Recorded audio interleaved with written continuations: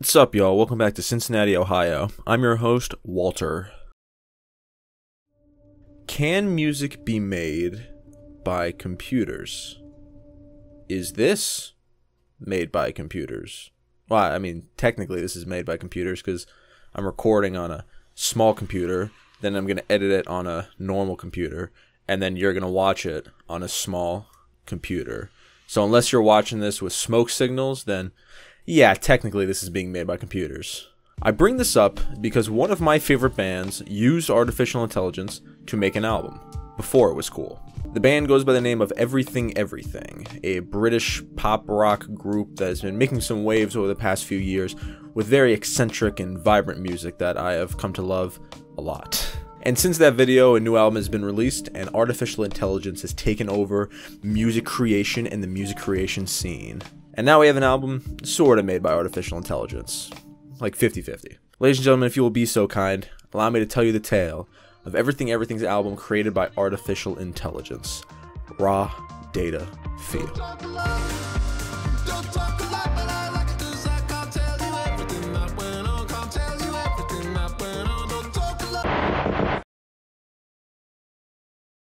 We last left our story off on the release of Everything Everything's previous latest album, Reanimator, in 2020. I'll dance around on this topic for a little bit. I think all my criticisms for Reanimator pretty much stay the same. I don't really come back to it as much as I would like to. There are some songs that are absolute bangers. Arch Enemy, still a banger. Black Hyena is one of the songs I keep coming back to. And of course, still one of the goated Everything Everything songs in Birdsong. But if you would cast your mind back to the year that it was released, September 2020, that was peak pandemic times. This is when everything was blocked off, everything was online, so the world was at a weird standstill when it came to creation, music, and God forbid live performances. So it left the release of Reanimator feeling hollow, like it was officially released, but it just kind of felt like a blip on a radar that just kind of disappeared after a while. And not taking anything away from the album, it's still a banging piece of music, but, you know, looking back on it, it does feel like a very flash in the pan moment. Not from Everything Everything did, I think just everything else that the world was going through at the time. It just happened to be very bad circumstances. Wrong place, wrong time sort of thing. But as everything does, we move on. And after the release of Reanimator, we had a few remixes in there, nothing too big. One of them was from Jack Folds, the Folds guy, the guy in the band The Folds, I think. I don't know, I don't listen to the Folds or Fowls? Foles? Foles. And yes, Everything Everything, or Jonathan Higgs specifically, if you're watching this, hit me up. I would love to remix one of your songs. This is not a beg, this is a plea.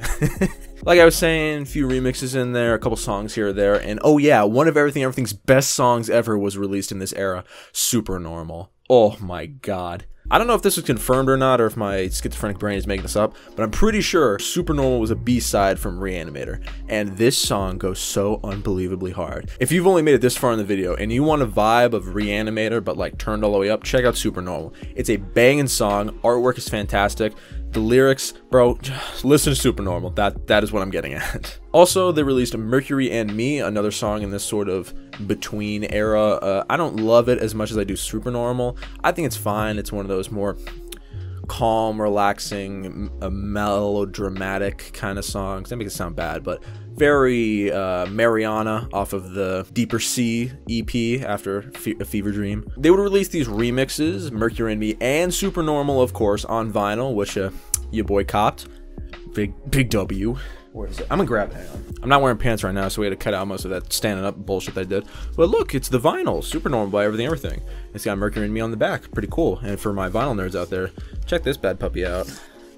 Oh, good googly moogly. I'm gonna bust. But anyway, after this, news on the Everything Everything front went pretty quiet. A couple update posts here and there, some live shows as the world started opening up, but for the most part, pretty quiet on the Western front. Until their social media would become active with these strange signs being sprinkled around Europe saying, "I could not remember in the morning." They look like road signs. They just leave these in different places and they'd retweet and like repost people finding these signs IRL. And I think everyone knew something big was coming. And something big indeed came. That's what she said. Teasers dropped on February 7th for their brand new song, Bad Friday, and it would be released alongside with an announcement of their brand new studio album, Raw Data Feel. Now, as a young Everything fan, I was geeking when I saw this. I don't want to say that Reanimator was a bad album cover. It's not bad, it's fine. But good googly moogly, when I saw Raw Data Feel, I was in love. Frankly, I fell in love. Ever since about like Fever Dream, Everything have used the central theme or central art style around all their music. A Fever Dream had these distorted body parts with like bright colors. Reanimator had the scuffed 3D modeling sort of vibe. Raw Data Feel would introduce the key word of the video, ladies and gentlemen. Say it with me, kids.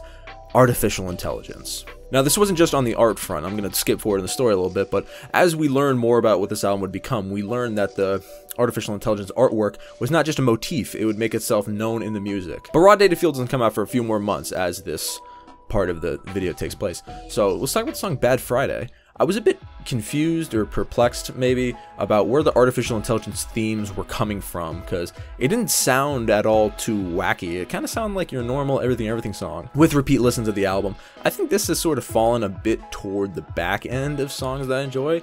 Don't get me wrong, I really enjoy it. It's the Everything tier list. The things down here are still like all the way up here, if you catch my drift. I really don't think it was the right lead single to put forward as this band is trying to portray themselves in this artificial intelligence sort of way, because it doesn't really have that weird AI sort of vibe to it. But I mean, the music video is pretty cool.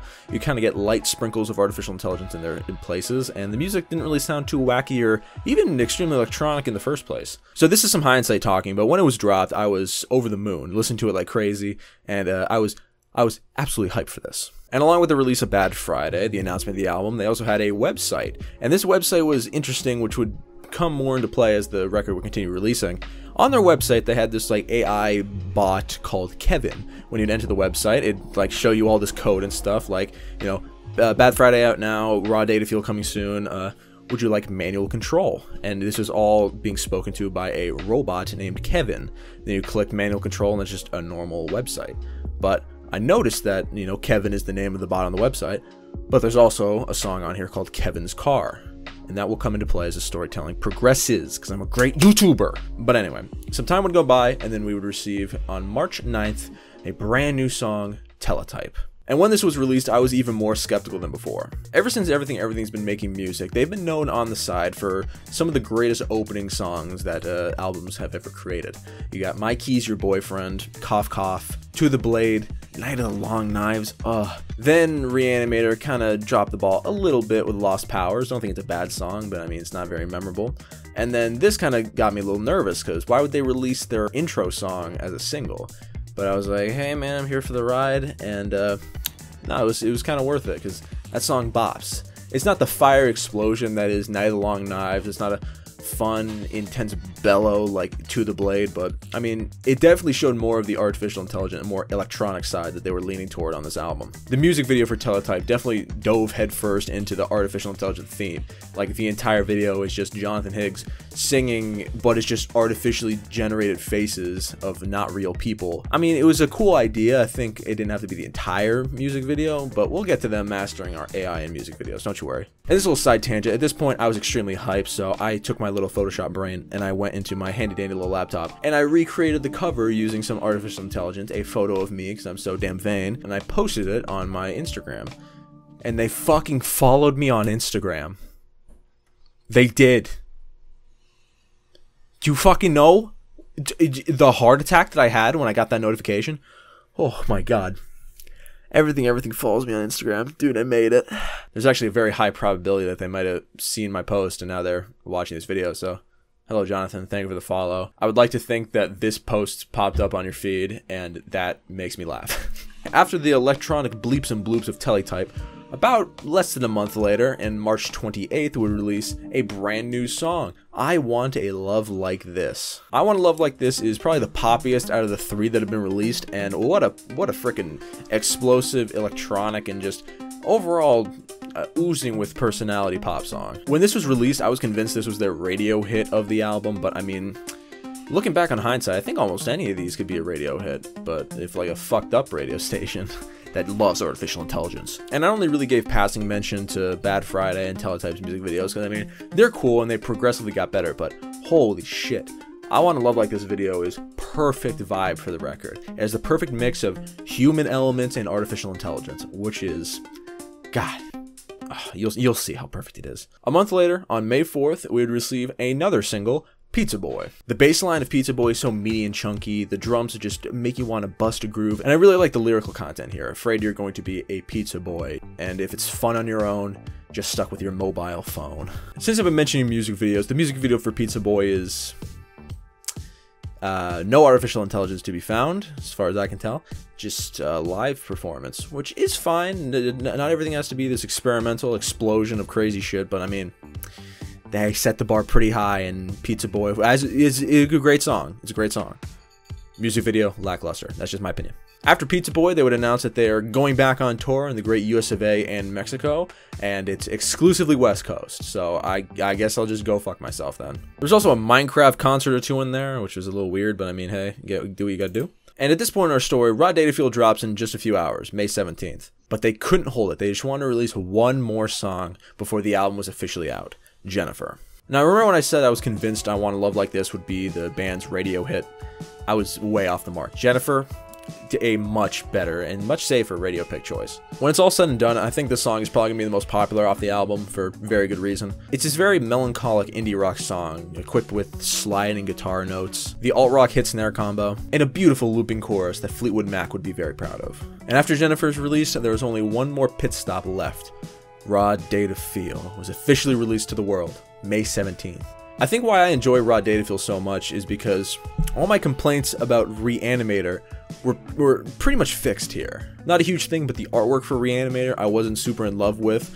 They fucking knocked that out of the park here. And I wouldn't say it was a complaint, but something I definitely noticed, and I mentioned in my old video, that I really like Everything when they don't have a centralized theme on just a guitar. It's good sometimes, like within sprinkles, but, you know, I really enjoy the Everything where they have a weird instrument, like a synthesizer, or like some weird shit in there that's the base of the song, and then they build their indie rock flair, like, around it. And that's pretty much exactly what this entire album is. Besides Jennifer, I don't think there are any songs on here that are just mostly, you know, the band instruments, you know, vocals, bass, guitar, drums. There's always a little electronic flair in there, whether it's super high, prominent in front of you, or it kind of takes a back seat. Either or, I'm here for it, man. The biggest change behind the scenes that may or may not have contributed to the new sound of this record could be that the band is on their own for the first time, not signed to a label. The band no longer had to give production duty to someone else, and for most artists that could be a death wish because you're out of a producer. But for a band like Everything, that's a blessing in disguise. Band member Alex took over production on Raw Data Feel, and I think it really shows. Having a man on the inside doing most of the production work and mixing and probably mastering really gave this album a feel of cohesion, even though the songs can vary rather wildly in vibe and feel. I think the best way to describe it is focused but also loose, which is kind of what you want in a band. I listen to this one podcast called Tape Notes, and it's actually a very cool idea for a podcast. You have musicians come on, producers prominently, and they would talk with the interviewer, and they would have one of their songs played from the very early demo stages, like first draft, no effects, no nothing, not even mixed mastered, just bare bones. And then after a while, they'd show the little changes that they made until the final song was created. And it was band members Alex and Jonathan on the show, and I really liked their camaraderie here. The way that they'd create songs would seem very centralized within the band. Alex would create a demo, send off to Jonathan. If he fucked with it, he'd go into further production. If not, be left on the cutting room floor. And since the creation of the album was so tight and condensed in the band, and it sounds a lot more cohesive and condensed, and I don't think it's a coincidence that this is Everything's longest album too, at about 16 tracks. I think they were running such a tight ship that they just kept them coming. But yes, so the main theme of this video, besides the album artwork, where does the artificial intelligence theme make itself known throughout the record? Well, actually, funnily, in the same Tape Notes podcast I was listening to, they went into a bit more detail about the artificial intelligence messages and themes, and it turns out that half of this album, the lyrics, are artificially generated. So 50% are artificial, not real, human made this, and the other 50% is Jonathan Higgs, the lead vocalist. Hello, middle school librarian here, and I'm coming on because I just realized I just never explained how artificial intelligent lyrics were created. So I'm going to go in a little bit more detail with that. And again, this was talked about on the Tape Notes podcast if you want more of a detailed look from the lips of Jonathan Higgs himself. So essentially, Jonathan Higgs reached out to someone on Twitter, and they created a AI bot that can create generated lyrics from prompts, sentences, and any word in the English dictionary. So what Jonathan Higgs would then do was collect different words and different sentences from multiple different sources on the internet. Anywhere from tweets, YouTube comments, I'm pretty sure the terms and conditions for Indeed, and also just a large PDF document of just a bunch of 4chan comments, so you get a little good, a bad, and the ugly in there. Then they slapped it into the bot, and then what came out was just a bunch of bullshit. And then Jonathan Higgs kind of picked and weeded his way through all the little pieces of shit and just non-words and very not so nice things from the 4chan side. And he would find sentences, keywords, and even song titles through this AI bot. Sorry for ruining the flow of the video. I just had to clarify that because I'm not good at talking. Really not. I'm not a professional. And here's the kicker. He didn't tell anyone what is what, so no one knows what is artificial intelligence and what was created by Jonathan Higgs. There's a few songs here and there where we could probably tell who's who, but for the most part, most of this album is completely up in the air. The reason he went about doing this is he found it extremely fascinating watching people try to decipher what was created by artificial intelligence and what was created by a real person. Seeing people generate meaning on words that were created with an algorithm was just something that really struck Jonathan and something that he wanted to continue pursuing with an entire album. I may not be able to tell what's artificial intelligence and what's real, but this shit good. So it was kind of funny how everything released this album. All the singles are in the first chunk of the album. All 5 songs are the first 5 songs, which was not a huge fan of. I think that was kind of a misstep. Personally, I like when the songs are sprinkled throughout the record. So a little bit of new and then something you've listened to already. A little bit of new, something you've listened to, blah, blah, blah. That's how, in a perfect world, that's how it'd be for me. But that's only a small critique. That's when the album was released. I mean, it's not even... If you were there, then it'd probably fuck you up. But other than that, nah. So after Jennifer, we get Metroland is Burning. And this was originally one of the songs that I was not too hype on. But after a while, I think listening to the Tape Notes podcast, because that song was played extensively throughout that podcast, and I just started falling in love with it, and I love it. This is probably the most political that they get, not really attacking a central unit, but I think with some educated guesses, you can probably figure out what they're talking about. And the uplifting sounds on this kind of counteract perfectly with the messaging here. Immediately, the first lyrics kind of sound a lot darker than the music's being portrayed. They were looking for survivors, and now they're not. Try to stay together, these are the rules of the game. I've been waiting for you all my life, but they don't give a flying fuck about us. A good song. Definitely something that I came around to that I did not think I was going to enjoy as much as I did. Then if you're listening to this album, if you're following along with me, you've got nothing but bangers thus far. And that was designed very specifically, because the next song, Leviathan, drops that vibe all the way down. I love Leviathan, not just for the sound, for the name of the song, but the subject matter that I only learned about after listening to the Tape Notes podcast. There's a wealth of knowledge in that podcast. I recommend checking that out if you're interested in production or just there's more deep stories behind this band. The subject matter of Leviathan was definitely pulling at the heartstrings. Leviathan talks about someone in Alex, the producer's family, passing away. The chorus here is actually taken straight from the eulogy of the person, and I think it works absolutely beautifully here. When I saw you, I fell in love. I had to smile because you knew it. When I saw you, I fell in love. You know you are. You're my beginning. And with the gigantic and very ominous sound here, it's very sweet. When you get to these guitar notes and these icy electronic pads, it's a very, very beautiful song. But after all that sad stuff, we come to one of the best 3-track stints in album history. Shark Week, Cut Up, and Hex. Oh man, I can't do these songs justice. Go listen to these 3 in a row. They are bangers on top of bangers. Cut Up! And then for me personally, this is where the album gets a little for me. My Computer is okay. I like the sentiment behind it more than the actual music. And kind of the same thing with Kevin's Car. I almost said Kevin's Heart, Jesus Christ. When I first listened to this, I was convinced, oh, this is the song that's created entirely by artificial intelligence, but that's not the case. It kind of remains on the path that most of these songs were going on throughout this album. And then Born Under a Meteor is a bit of a come up. I mean, not too much. I think these 3 songs are just pretty okay for me, not crazy, but there's a whole lot of great here. And for Everything Everything, even the So-So songs are pretty good when related to other bands. And then we find ourselves at the final track, Software Great Man, which continues to follow the trend of 6 banger songs and then a 7th horribly depressing one. And hitting the mark.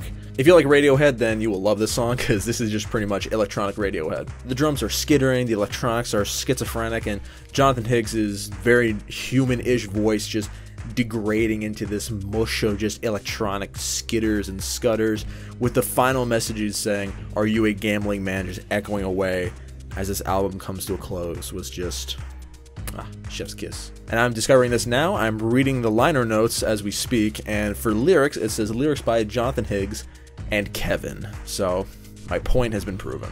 I can't remember the last time I was this hyped for an album's release, and for the album to live up to the hype. It's usually either one or the other. Either I've never heard of the band, I listen to the album and I love it, or I love the band, I wait for the hype, and it's just kind of so-so. But this album was literally the perfect storm for me.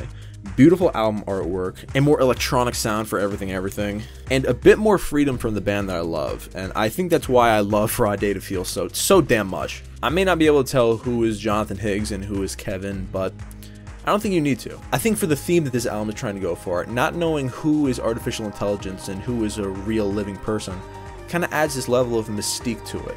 Are you creating meaning out of something that is inherently emotionless? The beautiful skittering and poppy electronic music is the perfect bed to rest this moral quandary of artificial intelligence, as it is relatively new. When is it going to become so far in the future that there's no need to tell the difference between humans and artificial intelligence? I just can't stop saying enough good things about Raw Data Feel. If nothing else changes, this is a shoo-in for Album of the Year for me. And I highly recommend you go listen to Raw Data Feel by Everything. And you try. Can you figure out what's artificial intelligence? Is this artificial intelligence? Who could tell?